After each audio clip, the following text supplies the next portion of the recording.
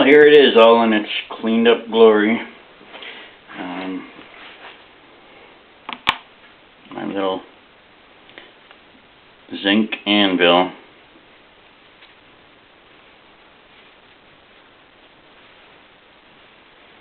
I got a little piece of spalted maple that I turned up. I thought I'd make a cute little base for it.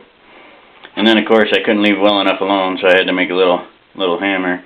And I was trying to be ironic about it and use a nail for the hammer, you know, switching places. But I like the look of this door pin better, so, you know.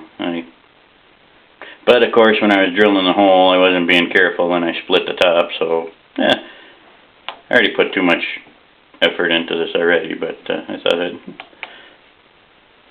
couldn't leave well enough alone, so, you know, yeah.